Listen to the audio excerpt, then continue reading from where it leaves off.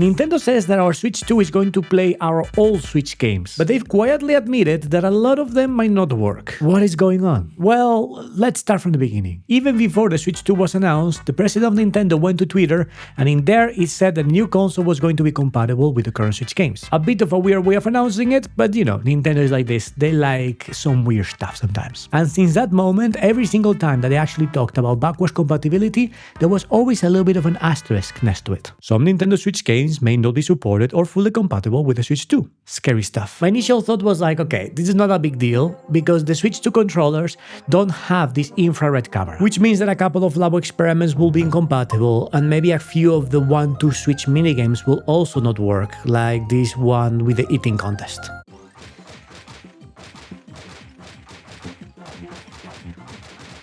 Which, by the way, I hope that guy from the ad is doing great, because what a job he had to do. Besides, Nintendo loves sticking their Joy-Cons everywhere they can.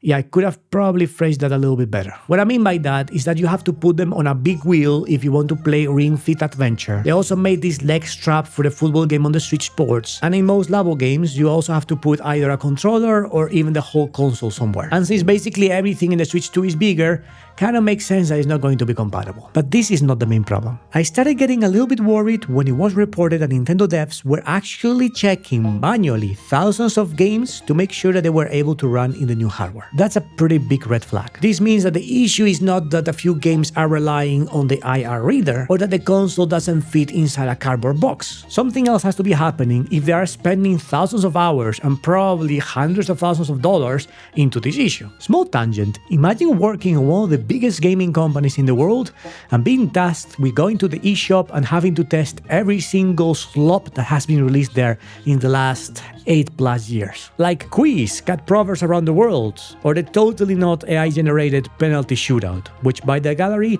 looks like it has some riveting gameplay. I don't envy those QA people. But yeah, it seems that this is what Nintendo is doing, manually testing all of these games. On their own website, they are giving more details about it, and they are dividing the test into 2 buckets. Nintendo games, which I guess are the ones that they've published or developed themselves, and the rest. We've already talked about the ones from Nintendo themselves. The vast majority are perfectly compatible, and a couple will have some features that will not work with the new controllers. But they do say that if you still have the Switch 1 Joy-Cons, it should be fine. With the so-called partner games, the story is a little bit different. A decent amount of them have issues, and I'm not only talking about Real Car Driving Simulator and Parking 2022, but quite big titles like Street Fighter 30th Anniversary, Alan Wake Remastered, Factorio, Doom Eternal, Overcooked, All You Can Eat, Final Fantasy, Rocket League, Pizza Tower, or Mega Man Legacy Collection. And I am naming only a few because there are thousands of them. They do say that their problems are being handled, so I'm expecting that a decent amount of them will be working by the point the Switch 2 comes out. But time is very quickly running out, since there is only 1 month left until launch,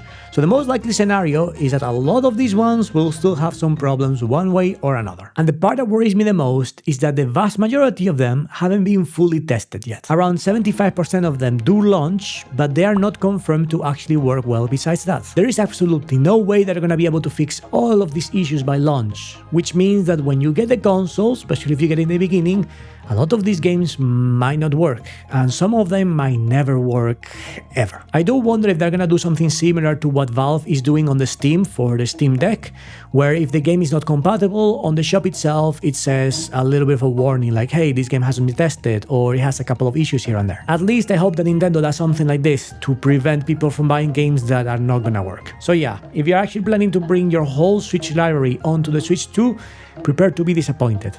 At least during the first couple of months. But if what you want is to have a nice list of Switch 2 games that are worth playing when you get the new console, I have made a video just for you.